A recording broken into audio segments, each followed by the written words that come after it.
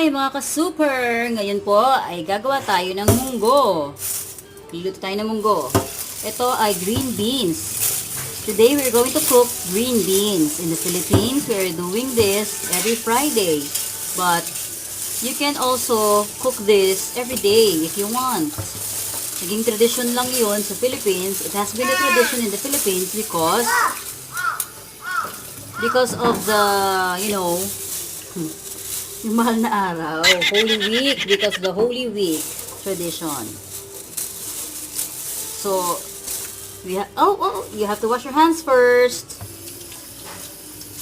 Wait. With soap and water. Wash it. While my son is washing the hands, habang siya ay naghugas ng kamay, I'm sorry po ha, mga mommies and daddies, because I want to also cater those who live in the other countries. You know, that's why I'm speaking in English now. Pardon me if you don't like. At kung mali, please correct me if I'm wrong. Okay, so rub your hands together because he wants to help me. My son wants to help. Okay, let's wash now. Sa paghugas po nito, just rinse it just like that. And then, put it down some. Kung merong umangat, itatapon mo. Whatever that goes up, that means it should be thrown. So, let's throw it. Okay, so let's remove the excess water. If you want, you can also rinse up to a third time. Gusto nyo, pwede nyo hugasan hanggang 3 beses. If you are not satisfied, if you aren't satisfied, kung hindi kayo na-satisfy, sige go, wash pa. Yung iba, binababa dito for 1 hour para madaling lumambot. But because I don't have time to do that, hindi ko na binabad. I did not put it in the water for 1 hour. I didn't soak it in water for 1 hour. Okay, so we'll remove the dirt. Okay, now so it's time for us to put water. Lagyan natin ng enough water. Ang munggo ay tumutubo yan. This green beans looks, like this, has little amount, but later it will multiply. Ayan, so enough na yung water. Then, salang na natin. Lalagyan natin sa apoy. Okay, so pakuluan natin to hanggang sa lumambot. Remember, you have to pour water. Ice water? Do we have ice water? You have to put water if it is needed. Konti na lang. Ba? Umangat. So, nag-multiply. Dumami. Parang yung rice na malagkit. Glutinous rice. Parang ganon. Ano yan? Okay. So, ito ang gusto nating consistency ng munggo. Malapot. Opo. Wait lang. Ano natin yung gamo-gamo, may off natin yung ilaw. So, we want this consistency, but I want yung medyo malapot. Thicker. Wow! Ito na. Ito na talaga. This is exactly what we want. Naging cream na yung consistency.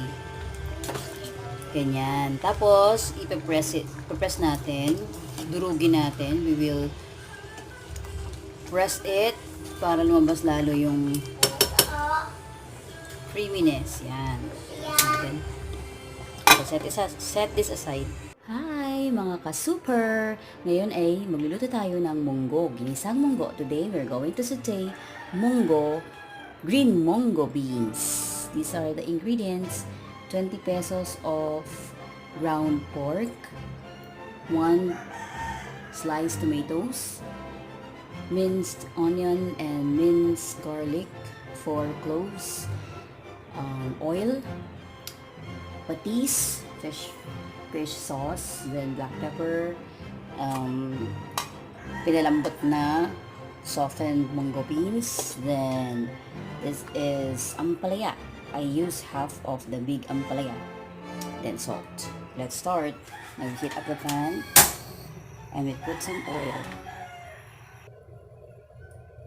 So lalagay tayo ng oil. We put 2 tablespoons of oil.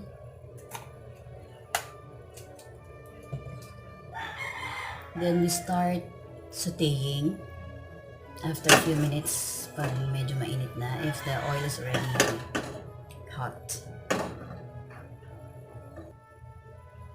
So let's start sauteing using the garlic first.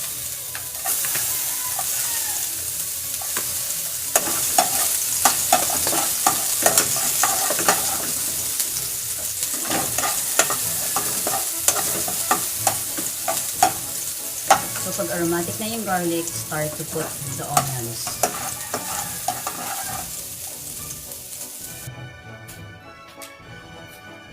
Then the onion.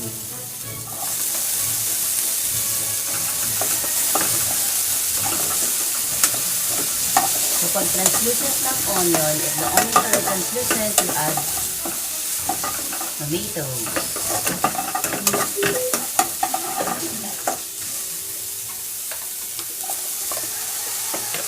So we wait until tomatoes are melted.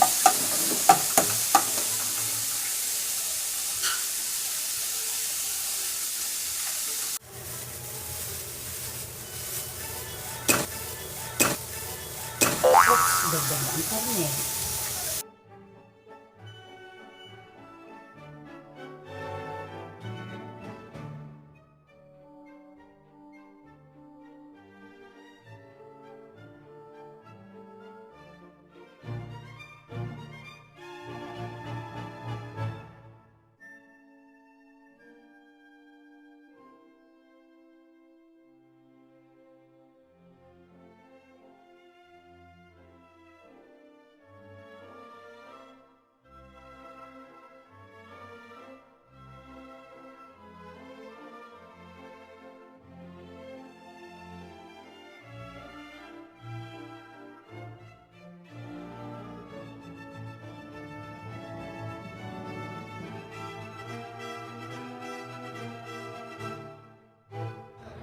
Let's cover it soon.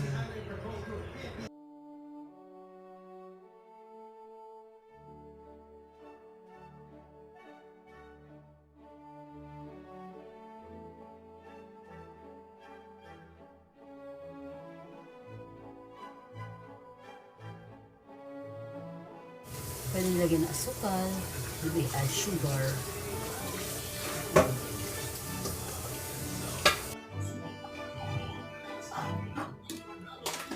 Pagluto na ang gulay, off na natin. Correct the taste if necessary.